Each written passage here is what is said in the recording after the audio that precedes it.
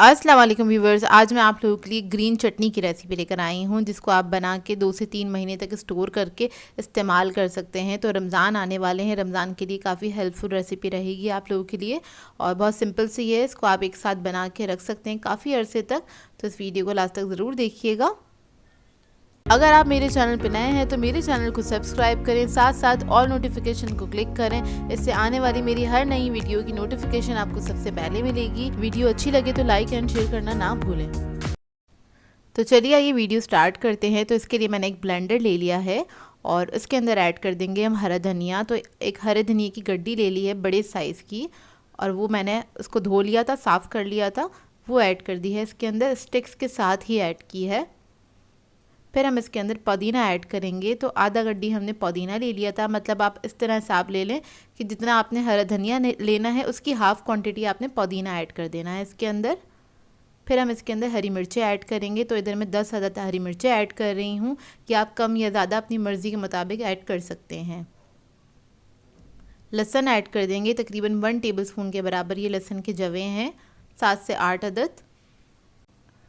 ये ऐड करने के बाद हम इसके अंदर ऐड करेंगे नमक 1 टीस्पून के बराबर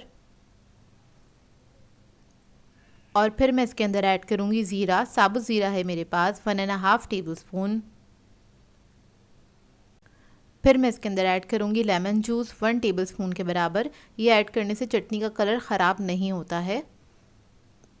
पानी ऐड कर देंगे इसके अंदर 1/4 कप के बराबर। ज़्यादा पानी ऐड नहीं करिएगा, नहीं तो बहुत ज़्यादा थिन बनेगी जो कि फिर फ्रीज़ होने के बाद ज़्यादा अच्छी नहीं रहती है। तो इसको थोड़ा सा आपने थिक ही बनाना है। तो बस इसको मैं कवर करूँगी, उसके बाद पीस लेंगे इसको अच्छी तरीके से।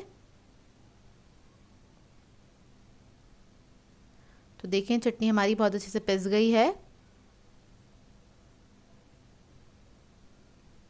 ये देखिए, अगर आप लोग इसको फ़ौरन से मतलब इस्तेमाल करना चाहते हैं तो आप इसको इस्तेमाल कर सकते हैं इस फॉर्म में इस चटनी को।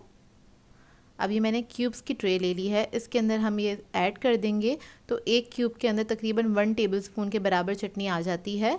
तो ये छोटे वाले क्यूब्स हैं, तो आप अपनी ज़रूरत के हिसाब से इसको फ्रीज़ कर सकते हैं। अब इसको मैं फ्रीज़र में रख दूँगी फ्रीज़ करने के लिए, 7 से 8 घंटे में ही सेट हो जाएगी। तो देखिए फ्रीज़ हो गई है अच्छी तरीके से।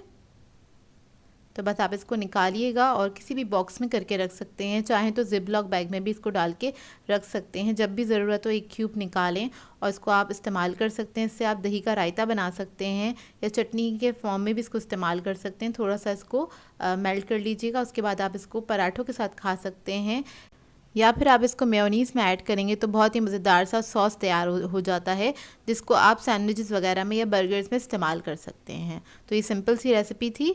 सो व्यूअर्स, अगर आप लोगों को मेरी रेसिपीज़ अच्छी लगती हैं तो मेरे चैनल को सब्सक्राइब करें, लाइक करें, कमेंट ज़रूर किया करें, शेयर भी ज़रूर किया करें अपने फ्रेंड्स के साथ, फैमिली के साथ। तो मुझे अपनी दुआ में याद रखिएगा। अल्लाह हाफ़िज़।